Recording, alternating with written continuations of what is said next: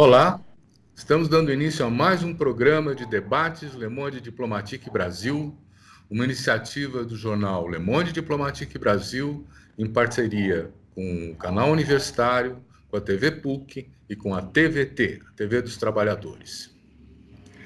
Hoje nós vamos tratar um fenômeno que está acontecendo e que preocupa a todos nós, que é o fogo na Amazônia e no Pantanal.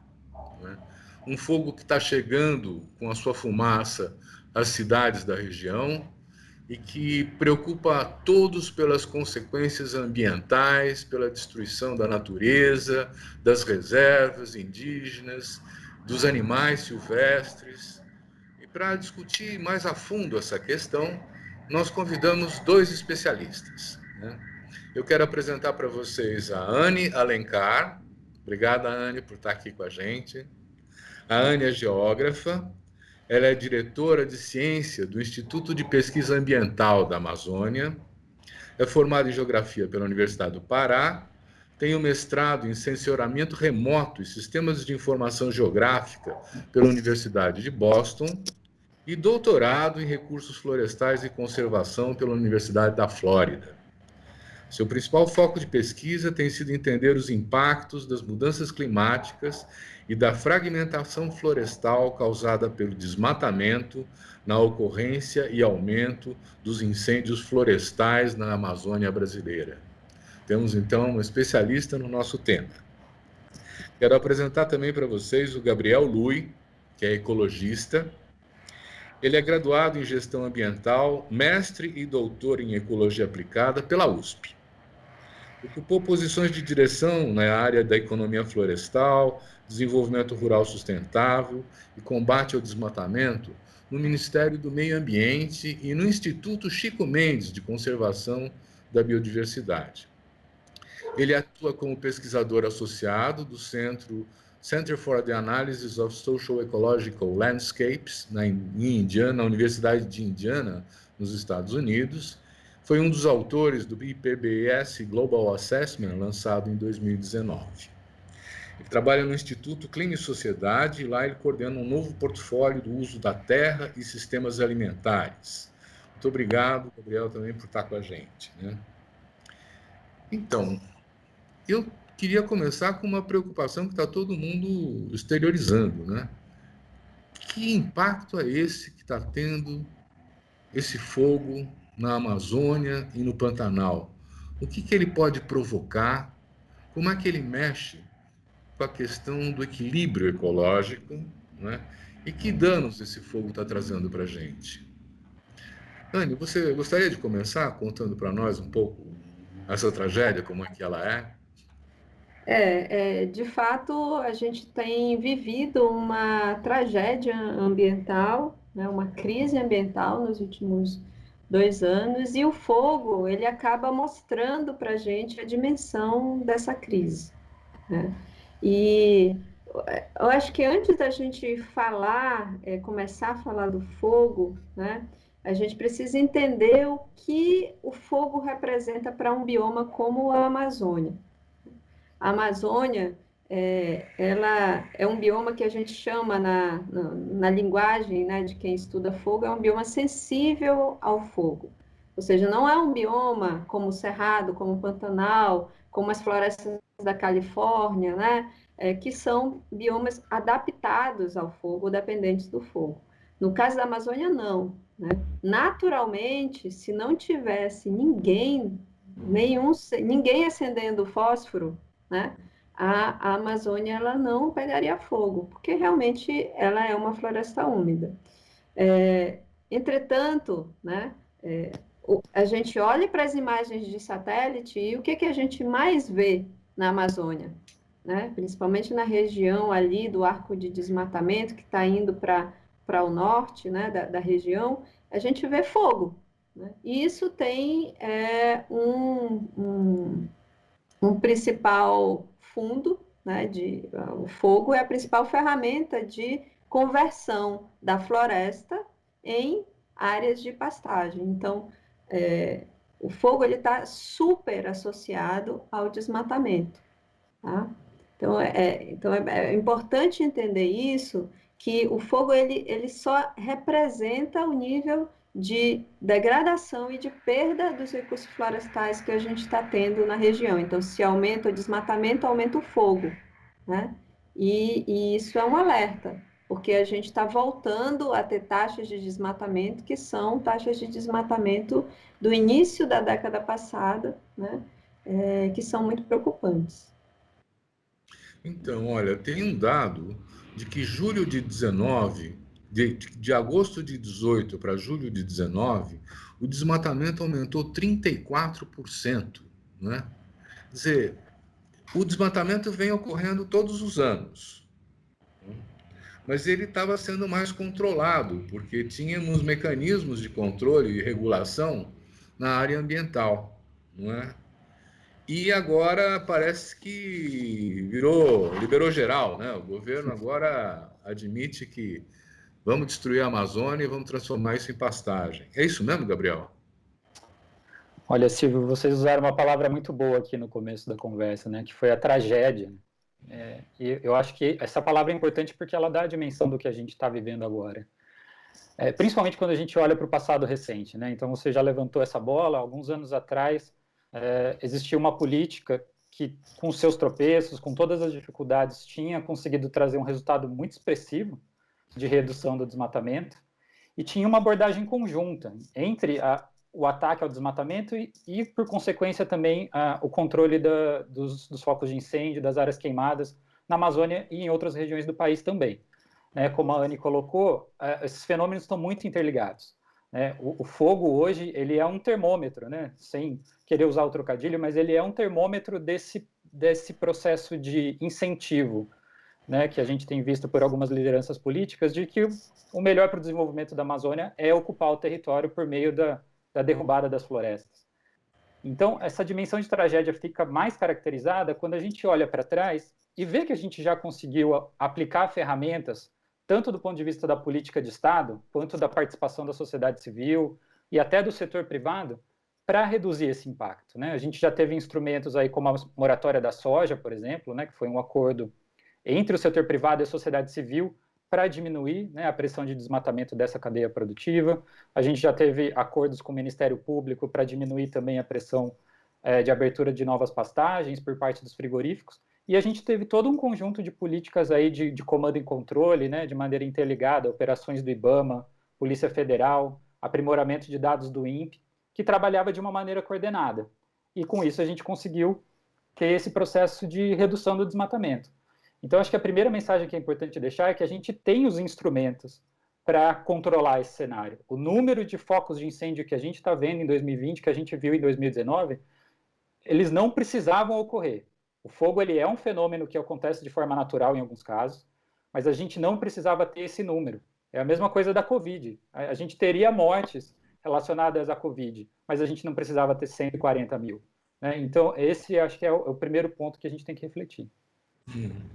Eu vou fazer uma pergunta assim que vai revelar a minha ignorância, né? Mas é uma provocação para vocês poderem expressar um entendimento disso. Não é bom transformar a floresta em pastagem, Anne? Olha, eu Não é, acho.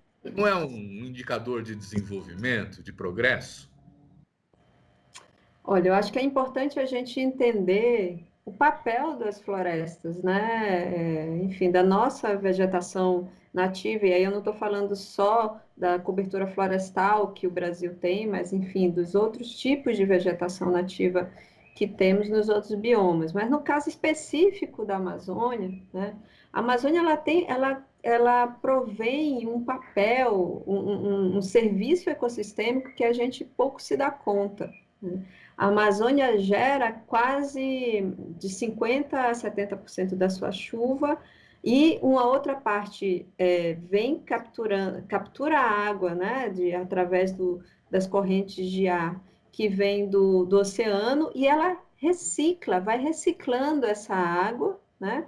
E essa reciclagem, né? Então, vai bombeando a água. Então, chove aqui, joga para a atmosfera, e isso vai até chegar no centro-oeste do Brasil, sul e sudeste, né?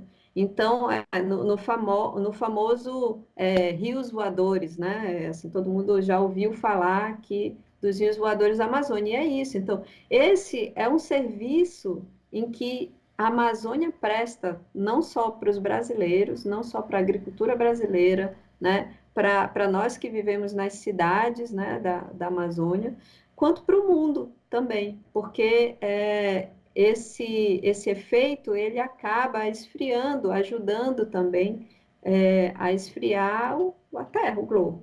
Né? O segundo papel da floresta é um papel de realmente estocar o carbono. Né?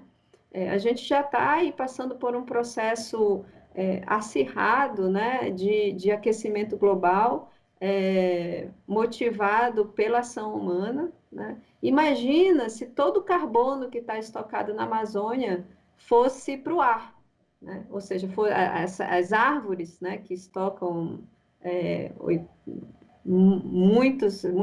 milhares de toneladas de carbono, se fossem desmatadas, queimadas, e isso fosse para o ar. Né? Seria um impacto também muito grande, não só para nós brasileiros, para os amazônidas que vivem ali, que iam ter que penar com climas, vamos dizer, com climas extremos, né? Mas também para o mundo, que enquanto ia ser na contramão total de uma agenda, né? Que está sendo colocada, né, pelo mundo como necessária.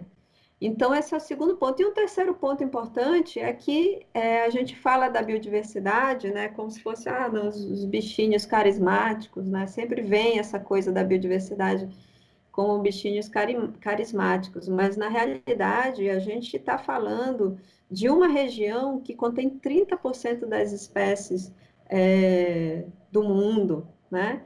E que ainda é pouco explorada, e que podem ter curas de doenças, podem ter aportes para a parte alimentícia, de cosméticos, e também, né, quando perturbada, pode ter muitos patógenos que geram doenças. Então, é importante a gente entender esse papel da Amazônia. Né? Isso, por último, sem falar no conhecimento tradicional das populações tradicionais que moram e vivem há centenas, né, e até milhares de anos, assim, na região, que aprenderam a lidar com essa floresta, a conviver com essa floresta, né? Então, é um conhecimento que, se a gente deixar, ele morre. Então, eu vejo que é uma perda, assim, é não conseguir olhar para o futuro, realmente, simplesmente só destruir a Amazônia para colocar um pasto de baixa produtividade, né, para especular terra, e no futuro vislumbrar uma produção de soja, eu sei. Uhum. Gabriel, vamos ampliar da Amazônia, envolver o Pantanal também, Uhum. né? Eu tenho aqui o dado de 3 milhões de hectares que foram queimados agora, né, nesses últimos meses. E o Pantanal, de alguma maneira, é onde nascem os rios principais do Brasil, né? Ele está aí como uma espécie de nascedouro, né, de importantes rios brasileiros. Se queimar o Pantanal do jeito que está queimando, parece que queimou 20% agora, né? Quer dizer, Uhum. o que acontece com os rios brasileiros? O que acontece com a água? Olha, Silvio, o Pantanal, acho que talvez a melhor analogia para a gente pensar seria mais uma caixa d'água do que a torneira de água, né? Muitos dos rios que passam pelo Pantanal, na verdade, eles vêm do Cerrado, né? E esse efeito também de destruição e queimadas no Cerrado tem um impacto sobre o Pantanal. Ele funciona, então, como um regulador, né? A gente tem uma regulação do volume de água que chega para outras regiões do país. E, além disso, o Pantanal ele tem um papel fundamental de santuário da biodiversidade. Né? Então, a Anne estava trazendo aqui a importância da biodiversidade amazônica, mas o Pantanal é como se ele fosse um ponto de encontro entre diferentes biomas brasileiros, e é onde a gente tem talvez o maior número de espécies circulando. Né? O Pantanal ele tem uma função ecológica realmente muito importante.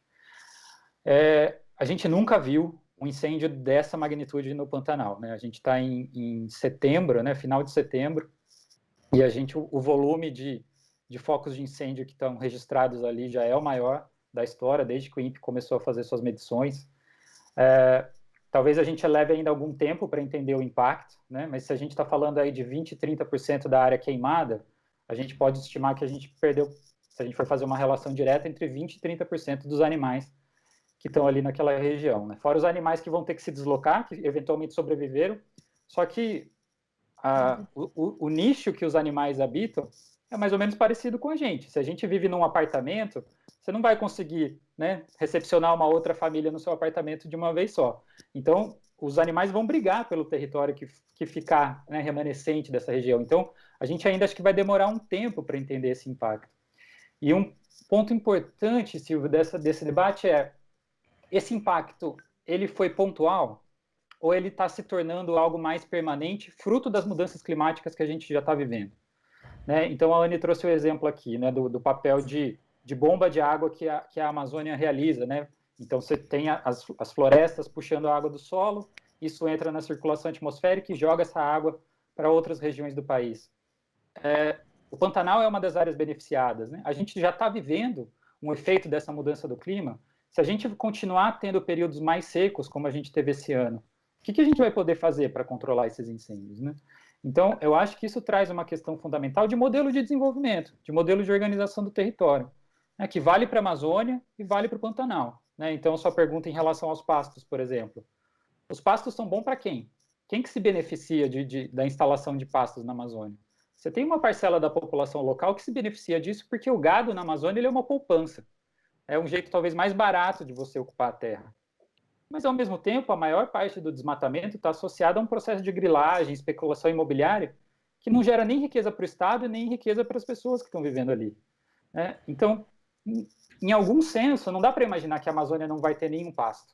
Então, a resposta pode ser sim, o pasto ele pode ser benéfico para algumas regiões, que tem aptidão, que tem uma cadeia produtiva bem estruturada, mas não é isso que está acontecendo. A gente está trocando floresta por nada. A gente tem dados aí que mostram que 25% do desmatamento que ocorreu na Amazônia se tornou vegetação nativa, vegetação em recuperação. Ou seja, a área foi desmatada e não foi utilizada, porque a lógica de especulação imobiliária funciona tanto, por conta da baixa presença do Estado, que vale a pena a pessoa desmatar e, se não der certo, ele abandona. Então, é essa máquina que a gente precisa desmontar.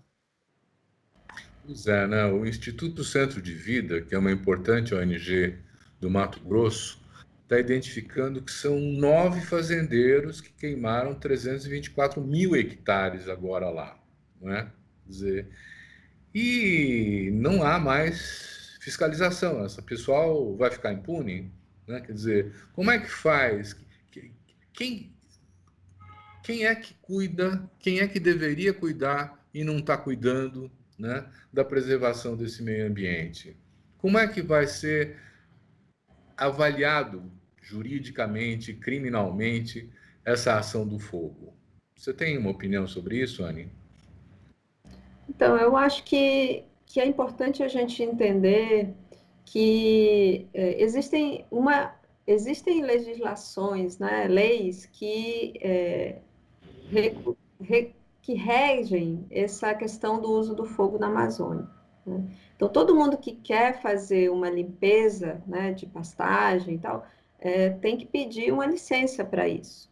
Né? Todo mundo que quer fazer um desmatamento e um desmatamento legal, né, que é possível, você pode fazer desmatamento legal desde que você tenha ativo, né, tem uma área de floresta que vai além da sua área de reserva legal. Você também tem que pedir licença para fazer isso, né? Então, existe um arcabouço de leis que regem esse processo.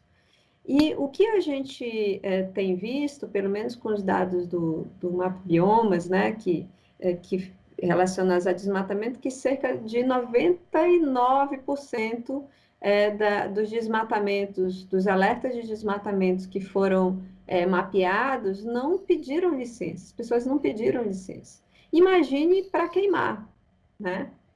Então, na realidade, a gente pode entender que grande parte, né, desse início de fogo, ele tem sido ilegal. E é por isso que eu vejo que duas coisas são importantes. Primeiro, que as agências que cuidam do comando e controle, né, como o IBAMA, por exemplo, o ICMBio em algumas unidades de conservação, né, e os órgãos estaduais, eles realmente agem de forma integrada, né, para desestimular as práticas ilegais, pegando peixes grandes, né, que eu digo assim. Então, porque isso é educativo, né? O ser humano é impressionante, né? Se você olha que se o teu colega, não sei, fez uma coisa errada, mas que se beneficiou, aí às vezes você faz, né? Assim, então a gente tem que acabar com esse desestímulo à ilegalidade na região, e essa sensação de impunidade. Então eu vejo que no passado, como o Gabriel mesmo falou, né? No passado houve uma concertação das ações, das operações que iam combater o desmatamento, o fogo, né, na Amazônia, com Polícia Federal, IBAMA, operações de inteligência mesmo, para pegar peixes grandes e aí dar um exemplo educativo de que, olha, não faça, porque senão você... E aí isso acaba desestimulando os peixinhos, né? Então, eu vejo que é importante que isso volte a acontecer, e a gente está no momento em que essas agências estão sofrendo um processo de desidratação, tanto financeira quanto de pessoal, né? E de chefia, de comando, né? Então, nesse cenário, a gente não poderia esperar outra coisa se não um descontrole mesmo e uma falta de. E as pessoas não seguindo as leis que existem. Obrigado. Gabriel, você falou em modelo de desenvolvimento, né? Eu estou aqui preocupado com o seguinte: nós podemos classificar essa ocupação, vamos dizer assim, os fazendeiros colocando as suas cercas mais para lá, queimando o território e ocupando.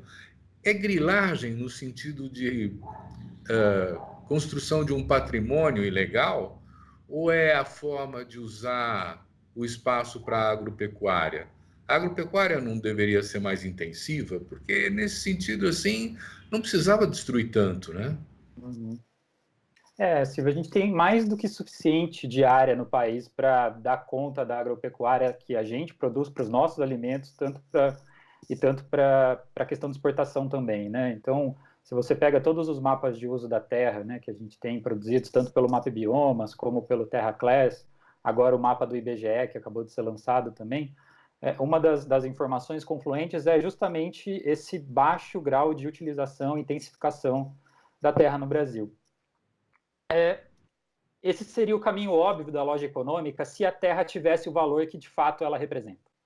E esse é um dos grandes problemas na Amazônia, principalmente. A terra, a gente tem muitas terras que a gente chama de devolutas, terras não destinadas, né, por esse processo de baixa presença do Estado na região.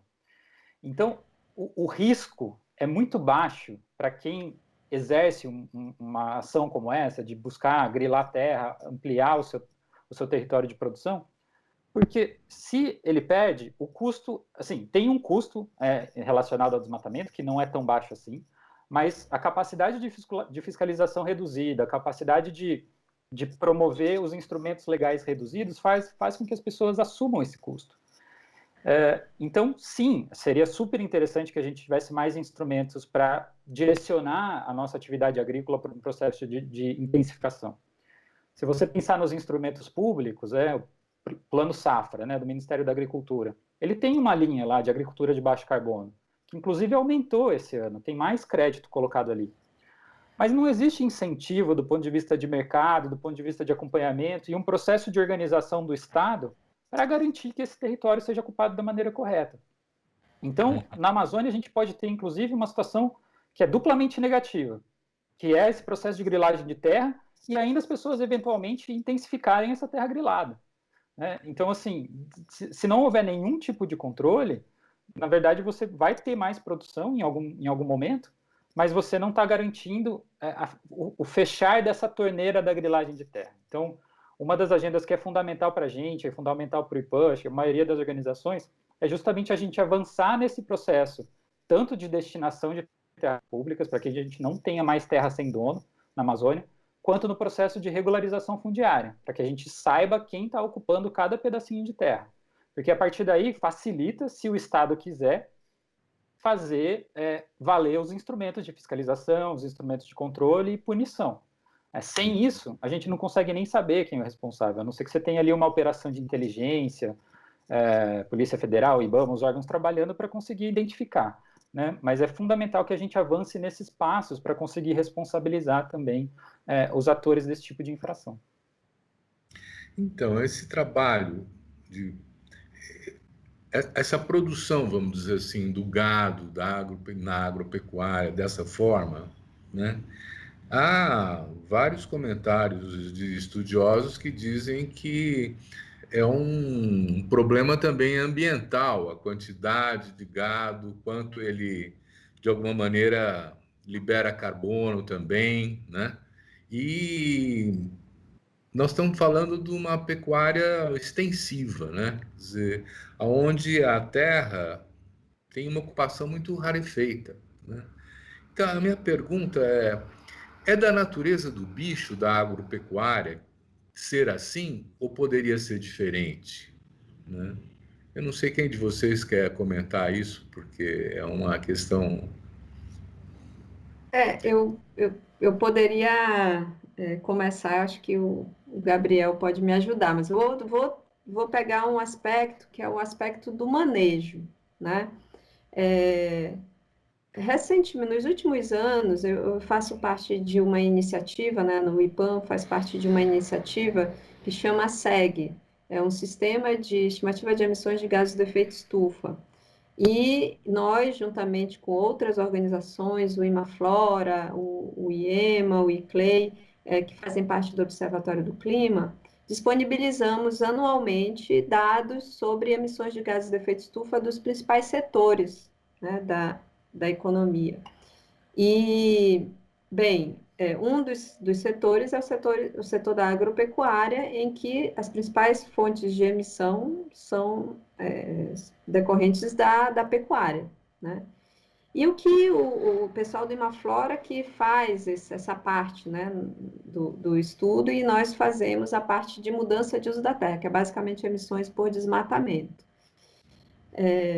Então, mas é só para dizer que nos últimos anos, sem contar, né, o ano passado, porque o SEG ele tem um ano de delay, mas nos últimos anos, a pecuária brasileira ela estava ganhando uma intensificação, vamos dizer, ela estava passando por um processo de intensificação e isso acabava melhorando ou reduzindo as emissões de gases de efeito estufa, porque você produzia mais, né, por hectare, vamos dizer assim, fazia uma melhor rotação daquele pasto, então o pasto não ficava degradado, tinha sempre, estava sempre verde, enfim, né, e o gado, ele era mais, vamos dizer, ele passava por um processo de corte mais acelerado. Então, pode ser que a gente mude, né? Uma pecuária bem feita, né, com boas práticas, ela pode, inclusive, passar a absorver mais carbono do que emitir e degradar menos os pastos, né? E, ao mesmo tempo, intensificar, ou seja, produzir mais numa área menor. É esse o rumo que a gente esperaria da nossa agropecuária, né? Só que com o sinal de que você pode desmatar o quanto quer que seja, né? E que não vai ter uma fiscalização. Qual o incentivo que o produtor vai ter para investir, né? Então, eu queria parar aí e deixar o Gabriel comentar um pouco mais, mas assim, é só para dizer que é possível, né? É possível a gente realmente fazer um uso melhor, né, das áreas já abertas, inclusive para a pecuária. Pode ter agronegócio sustentável, então, Gabriel? Eu acho que a gente já tem. A gente tem alguns exemplos. Eu acho que o agronegócio, quando a gente pensa no Brasil, não dá para a gente colocar todo mundo no mesmo balaio. Assim, né? Você tem iniciativas muito sérias, muito comprometidas. Eu acho que de 2019 para 2020 a gente, inclusive, tem visto, né, um comprometimento público maior de algumas empresas. Agora, não dá para negar o passado, né, Silvia? A gente teve várias situações onde vários desses grandes players, né, do setor privado brasileiro contribuíram para o cenário que a gente está vendo hoje. Né? Então, até um exemplo, a própria Volkswagen, né, nesse processo, né, acho que foi ontem, anteontem ali, que está, né, se retratando, pagando uma multa e tal. A Volkswagen foi uma empresa que ocupou a Amazônia de maneira muito extensiva, né, ganhou terras ali no período militar e fizeram com que ela tivesse ali, acho que mais de 600 mil hectares de terra na Amazônia. Então, assim, hoje a gente está vivendo um outro momento. Então, certamente tem gente muito séria no agronegócio brasileiro que está tentando se desvencilhar dessa cadeia mais impactante, mais negativa, só que eles não estão conseguindo puxar todo mundo. E o que a gente está vivendo nesse momento é um dano à imagem brasileira que é, assim, uma outra tragédia, né? Então, a própria negociação aí do acordo entre Mercosul e União Europeia, por exemplo, está subindo no telhado por conta disso, né? Vamos ser bem francos, é isso que está sendo colocado na mesa. É claro que tem interesses protecionistas do outro lado, que se aproveitam, né? Teve até um artigo interessante de um colega nosso, né, do Observatório do Clima, que falou que o principal aliado do agronegócio europeu é justamente o presidente, porque ele que está dando os motivos para esse acordo não ser assinado, né? Então, assim, acho que a gente tem que dividir, né, o setor entre quem está buscando apoio, quem está buscando as melhores práticas e quem continua produzindo no passado. Eu acho que a gente tem, Silvio, inclusive, no próprio modelo da pecuária, a gente tem boas experiências, né? Tem algumas empresas que têm no seu modelo de negócio assumir, inclusive, a gestão de fazendas e transformar essa fazenda de uma fazenda improdutiva para uma fazenda produtiva. Então, se a terra tem valor, em algum momento isso faz sentido, porque se você quer, num mercado livre, continuar concorrendo, continuar colocando o seu gado com qualidade e com preço baixo, você vai precisar seguir esses passos. Como a terra não tem valor, é um ativo que não está valorizado em grande parte da região amazônica, aí você não tem nenhum incentivo, como a Anny colocou. Né? Então, assim, existe sim, eu já acho que já existe hoje, mas a gente precisa trazer todo mundo a bordo, senão a gente vai continuar sendo levando a culpa, né, como um país que, enfim, continua tendo práticas insustentáveis. Anny, nós não tocamos ainda na questão da mineração, né? E tem as terras indígenas também, que estão sendo invadidas por milhares de garimpeiros, né? Quer dizer, como é que a gente pode ver isso? Que impacto isso tem? Então, eu diria que é um impacto, primeiro, ambiental gravíssimo, o impacto social tão grave quanto e o impacto cultural, né? A gente tem pelo menos 3 níveis aí de impacto. Do ponto de vista ambiental, né, a mineração ilegal, ou seja, o garimpo, né, ilegal, ele é assim, não tem nenhuma salvaguarda ambiental para isso, né? Então, a forma como é feita, artesanal, joga muito mercúrio, revolve muita terra, esses rios, eles ficam, de fato, podendo morrer, né? E isso vai para os grandes rios da Amazônia, né? Então, isso chega, eventualmente, a cidades que consomem água desses rios, né? Então, não é só localmente o impacto, esse impacto, ele entra na cadeia, né? Peixes se alimentam enfim, que se alimentam do fundo, né? Do material do fundo dos rios, ingerem, né? Aquele mercúrio e isso é passado para a gente, né? Então, para as pessoas que comem o peixe. Então, eu acho que, assim, do ponto de vista ambiental, é realmente outra tragédia, né? Então, do ponto de vista social, é uma tragédia tão grande quanto, porque você está estimulando, né, a migração de pessoas para tentar enriquecer numa área que talvez 1, 2, 3 vão enriquecer, os outros vão ficar em situação degradante, né? E gerando realmente, estimulando a pobreza, né? Em péssimas condições ali de qualidade de vida. Então, e um problema cultural, porque de impacto cultural, porque isso está afetando, ocorrendo dentro de terras indígenas, que afeta justamente toda a estrutura sociopolítica dessas comunidades, né? Acaba, às vezes, cooptando um ou outro indígena para isso, e isso cria, né? E essas pessoas acabam, às vezes, entrando, tendo contato com prostituição, com doenças, com tudo. Então, é um impacto cultural forte, né? Então, isso deveria ser, de fato, deveria ser combatido, e não combatido em todos os níveis, né? E não teria nem conversa, né? Então, o governo não deveria nem conversar com as pessoas que fazem mineração dentro de terra indígena dessa forma, né? Só queria estressar um ponto, Silvia, se eu puder, em relação a essa dimensão cultural, que é, assim, esse é um processo induzido de cisão dentro das comunidades indígenas, porque quem está agindo de fora percebe essa fragilidade. É muito difícil você construir, algumas terras indígenas são gigantescas, então você tem que ter um processo de construção social e política dentro desses territórios muito organizado por parte dos indígenas, para conseguir manter uma mesma visão. E quando você chega com o incentivo do garimpo, você desmonta isso muito rapidamente, porque essa promessa de lucro fácil e rápido acaba atraindo algumas das lideranças, né? Então a gente tem visto com uma certa frequência terras indígenas que estão se desmontando do ponto de vista da coesão social por conta desse estímulo, né? Então, assim, qual que é a possibilidade de recuperar uma situação como essa, entendeu? Isso é muito grave, além de todos os impactos ambientais que a gente coloca. A gente não está garantindo a proteção constitucional que a gente assegurou lá em 1988 na Constituição. Então, assim, talvez, de novo, a palavra tragédia vai ficar aparecendo aqui, mas é que as coisas vão se somando, e essa é uma dimensão muito importante para a gente destacar.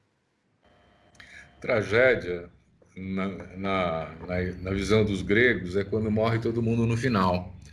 Drama é quando você tem uma solução que pode ser melhor. Né? Nós estamos falando de uma tragédia, né? Quer dizer, pois é. Eu ainda fico me perguntando sobre a questão, eu acho que nós estamos entrando na questão social, sociopolítica, mas eu fico preocupado com a questão, por exemplo, da água, né? O Brasil é considerado um dos países com mais reservas aquíferas do mundo, né? Mas esse tipo de ação que joga o mercúrio na água, que joga o agrotóxico na água, que desmata, faz há riscos do Brasil ter falta de água? Eu posso pegar esse gancho? O Brasil realmente é uma potência, né, do ponto de vista hídrico. Né? A gente tem nossos próprios motores, como eu falei anteriormente, na própria floresta amazônica, é um motor de geração de água. Mas a gente já tem alguns lugares do Brasil onde essa água está faltando. Né? Por exemplo, na região do Mato Piba, no Cerrado, né, no norte do Cerrado brasileiro, ali no região do oeste da Bahia, né, é uma região que está sendo muito ocupada pelos produtores de soja, e ali produzir soja significa produzir soja com irrigação, né? Então, é uma região que tem sofrido bastante com falta de água, então rios estão secando. Eu acho que uns 2, 3 anos atrás houve um protesto em Correntina, onde os rios secaram, os mananciais que abasteciam a cidade secaram, e estão cada vez mais secos, né? Por conta da quantidade de empresas que têm se instalado na região para cultivar soja irrigada, né? Então, essa é uma outra dimensão. Com certeza, a qualidade das nossas águas está cada vez pior, né? Pior pela poluição dos rios, nos garimpos, pior próximo às cidades, porque estamos cuidando mal do nosso lixo, né? Então, tem uma poluição. E também porque a gente está explorando a água sem ter como é que eu posso dizer, um horizonte, né? Um planejamento, vamos dizer assim, um horizonte de que ela vai acabar. E a gente está passando por um processo global, né, de aquecimento global, em que as secas vão ficar mais severas e mais extremas, né, mais extensas. Então, provavelmente, a água vai ser um patrimônio ainda mais valioso do que é hoje, né? Uhum. Uma das belezas da ecologia é que as coisas estão muito interligadas, né? Então, esse ponto final que a Ana trouxe em relação à mudança do clima, uma das previsões que a gente tem para boa parte do Brasil é que a gente vai ter mudanças na sazonalidade, né? Então, os períodos de chuva eles ficam mais intensos, mas talvez mais curtos, e os períodos de seca também mais intensos e talvez mais longos.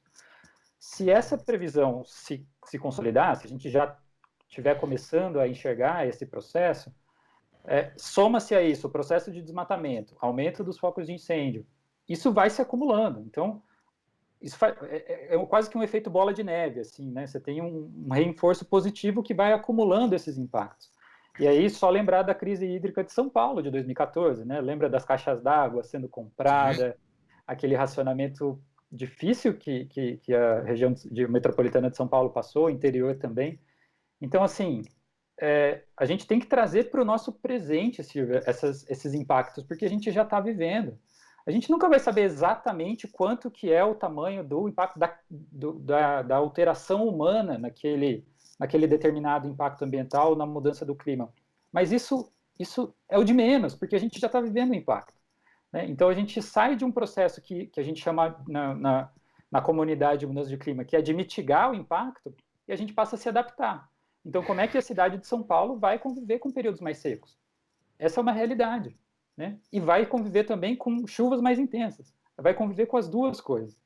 Então, assim, isso está tudo interligado, entendeu? E a gente tem uma dificuldade muito grande de traduzir isso e fazer com que esses processos que estão levando aos impactos sejam interrompidos, né? As pessoas ainda não contabilizaram o tamanho da influência que isso vai ter na nossa vida, que já está tendo na nossa vida. Esse é um grande desafio da nossa comunidade. E a Anne tem razão, que o uso da água é visto como um bem infinito, né? Quer dizer, quando nós tivemos a crise em São Paulo, começou a se discutir o reuso, começou a se discutir uma série de questões, a captação da água da chuva, né? Como alternativas, né? Para suprimento de água. E nós não temos políticas estabelecidas nessa área. Mas aí entra uma questão que eu queria trazer também, ligada à questão do modelo de desenvolvimento, né? Esse agronegócio que faz soja, por exemplo, ele envolve áreas muito grandes, tecnologia sofisticada, mão de obra especializada, não beneficia o emprego local, né? E exporta grande parte disso. Quer dizer, e nem o dinheiro vai ficar aqui, o dinheiro vai circular internacionalmente, né? Quer dizer, em termos de sistemas alimentares, de uso da terra, agora eu vou até passar para o Gabriel essa bola, né? Quer dizer, o agronegócio da produção da soja interessa para o povo brasileiro ou só interessa para o dono dessa propriedade, desse empreendimento? Essa é uma pergunta que tem várias camadas, assim, né? Porque se você pensar alguns municípios do oeste da Bahia, por exemplo, onde você tem a concentração de produção de soja, alguns municípios do interior do Mato Grosso, você consegue enxergar uma relação entre a plantação de soja nessas regiões e um certo nível de desenvolvimento local, né? Então, tem alguns municípios ali do interior do Mato Grosso que têm uma qualidade de vida bastante razoável, né? Porque a interação ali entre o poder público, a utilização dos impostos e uma certa estabilidade na gestão fez com que esses municípios tivessem um grau de desenvolvimento razoável. Então, assim, eu não eliminaria totalmente, né, esse modelo de produção em áreas que fazem sentido, que têm aptidão agrícola. Eu acho que é sempre importante a gente trazer para a mesa o quanto disso está ficando no desenvolvimento local, que tipo de compensação que esse negócio pode trazer. Porque quando a gente pensa em nível local, né, prefeitos, vereadores, empresários locais, esse discurso que a gente faz aqui de meio ambiente, ele não aterriza direito.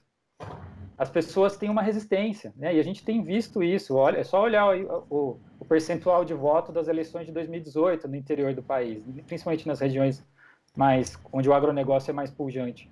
Você percebe que tem uma ligação, né, entre as coisas. Então, eu não excluiria totalmente esse modelo. Eu acho que ele tem alguns benefícios que podem ser convertidos para o desenvolvimento local, mas a gente precisa competir de igual para igual com outras alternativas, né? Então, a gente falou aqui rapidamente da questão da pecuária, do manejo mais sustentável da pecuária.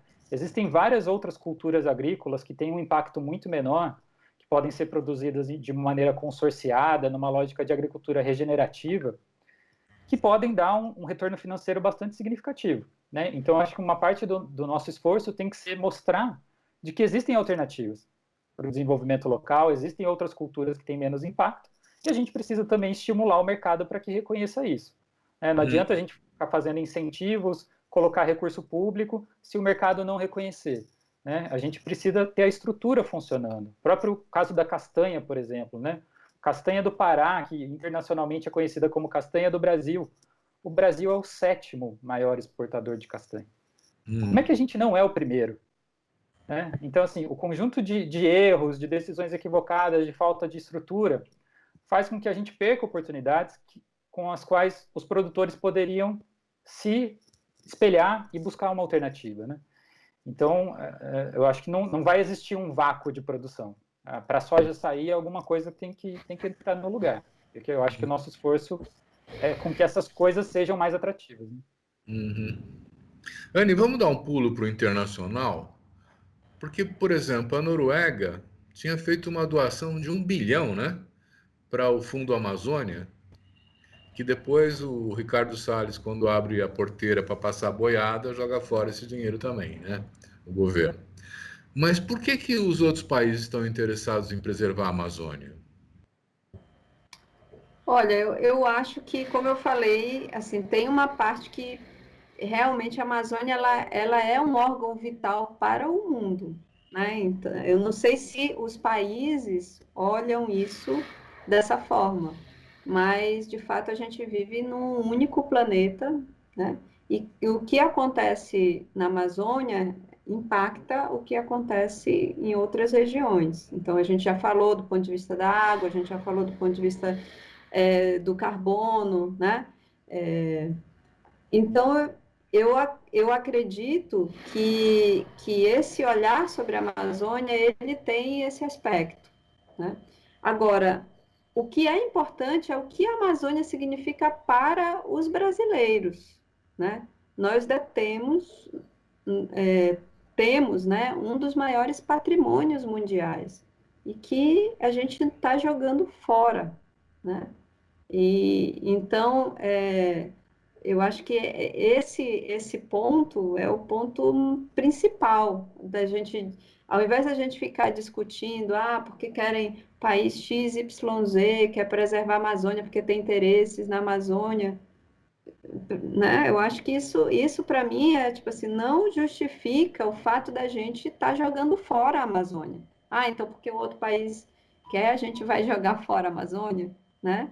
Não, a gente vai cuidar bem da Amazônia, né? E a gente vai mostrar que esse é um patrimônio que precisa, que pode servir muito ao Brasil no futuro, né? E que pode nos destacar no futuro ainda mais, principalmente no futuro onde a biotecnologia ela vai cada vez mais tomar espaços, né?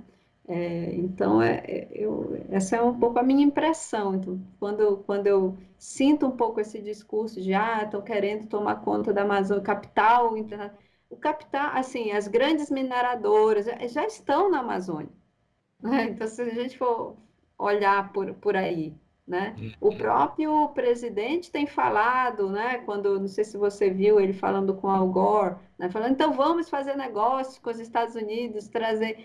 Então é isso, assim. é um discurso meio dúbio, né? A Amazônia, ela deveria estar sendo pensada para os brasileiros, né? Para os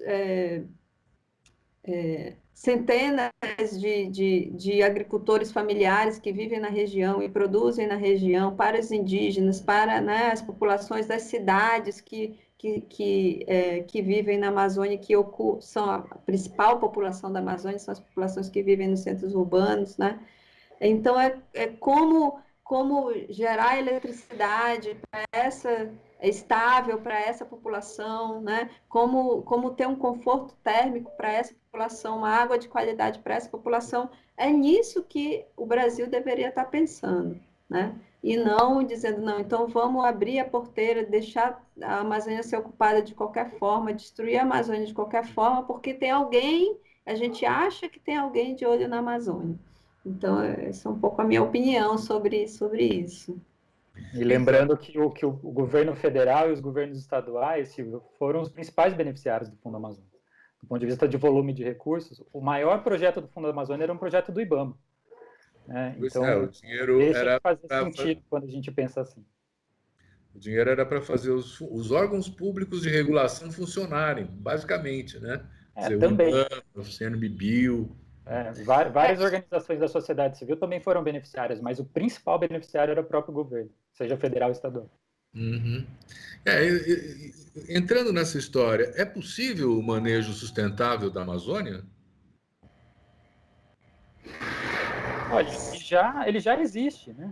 De novo, da mesma forma que você tem diferentes tipos de agronegócio, você tem já iniciativas de manejo florestal, de manejo de espécies não madeireiras na Amazônia ocorrendo assim, já há bastante tempo, né? Você tem boas experiências bem-sucedidas. A questão, de novo, entra no tamanho do mercado, né? Porque não adianta, se a gente colocasse todos os imóveis rurais da Amazônia para produzir essas culturas alternativas da floresta, para onde que essa produção iria? A gente tem mercado suficiente para assimilar tudo que a produção sustentável na Amazônia tem como colocar no mercado? Eu acho que essa é uma questão importante. Acho que a gente tem dado passos nessa direção, mas a gente ainda não tem um mercado sólido, bem estabelecido para recepcionar isso. Então, depende muito também de um arranjo que olha do ponto de vista público para a infraestrutura, para os elementos burocráticos, normativos que podem ajudar a gente a avançar nessa agenda, mas também tem uma questão do próprio setor privado se motivar a investir mais nesse tipo de atividade. Tem agora algumas empresas europeias que exigem certificação, né, dos produtos para não entrarem nesse campo do ilegal, né? Bom, Posso digamos. fazer só uma complementação? Porque eu acho que qual é a grande diferença, né, do momento em que a gente está para algumas décadas atrás, né? A gente tem uma sociedade mundial, né, incluindo também uma parcela da sociedade brasileira, que está cada vez mais preocupada com o meio ambiente, né? Então, às vezes, não só os movimentos que a gente tem visto nas empresas, né, nas companhias, nos fundos de investimento, a pressão que eles têm feito sobre exigindo, né, um pouco mais de transparência e práticas sustentáveis na produção, principalmente do agronegócio, é um reflexo de que a sociedade mundial ela se importa, né? E se importa com o meio ambiente não só na Amazônia, mas também, enfim, em outros lugares. Então, essa é uma tendência, né? E assim como a tendência de cada vez menos pessoas comendo carne, né? A gente vê isso claramente, né? Então, essa tendência, e na contramão dessa tendência, é dar um tiro no pé. Então, esse é outro aspecto, né, que faz com que a Amazônia realmente ganhe um destaque. Então, gente, olha, nós estamos chegando ao final do nosso programa, isso passa rápido, né? E nós estamos com 4 minutos para ele acabar. Então, eu queria trazer para a nossa conversa as eleições municipais desse ano, né? Porque nós não podemos atribuir somente ao governo federal a responsabilidade pelo território, né?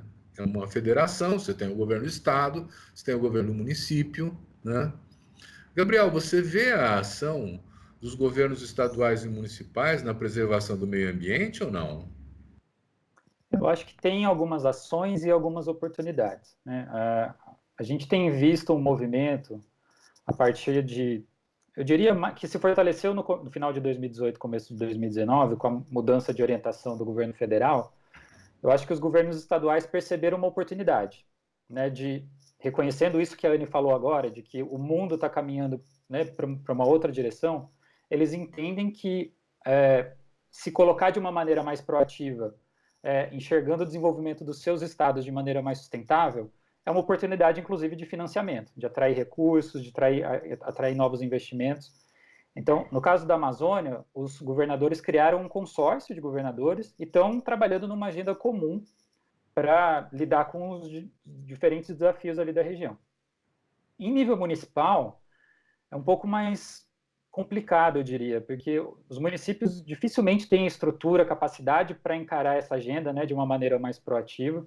A gente teve alguns exemplos positivos na Amazônia, o município de Paragominas, no Pará, é sempre citado, né, como um exemplo de um município que encarou essa questão, teve apoio e conseguiu se livrar um pouco, né, da pressão do desmatamento, conseguiu mudar um pouco essa chavinha, né, do modelo de desenvolvimento municipal. Mas eu acho que é algo que a gente tem que estar muito atento, né, porque os prefeitos, vereadores, como eu falei antes, eles não estão mobilizados pela pauta ambiental, né, a grande maioria. A pauta ambiental não gera voto. Na verdade, se você se posicionar em relação a isso, talvez você perca voto. Então, é muito importante que a gente consiga mudar um pouco a percepção das pessoas em relação ao que a agenda ambiental representa de oportunidade. Se a gente consegue atrelar um novo investimento no município da Amazônia à redução do desmatamento, por exemplo, eu acho que aí a gente começa a virar esse jogo. Mas hoje ainda é muito difícil. Anne, suas últimas palavras sobre essa questão, por favor. Eu acho que é isso. A gente tem, o Brasil ele tem uma oportunidade muito grande, né, que está jogando fora, que essa oportunidade da produção sustentável, né, e que tem sido pedida assim pelo mercado. E o papel dos municípios é importante, como o Gabriel falou, né?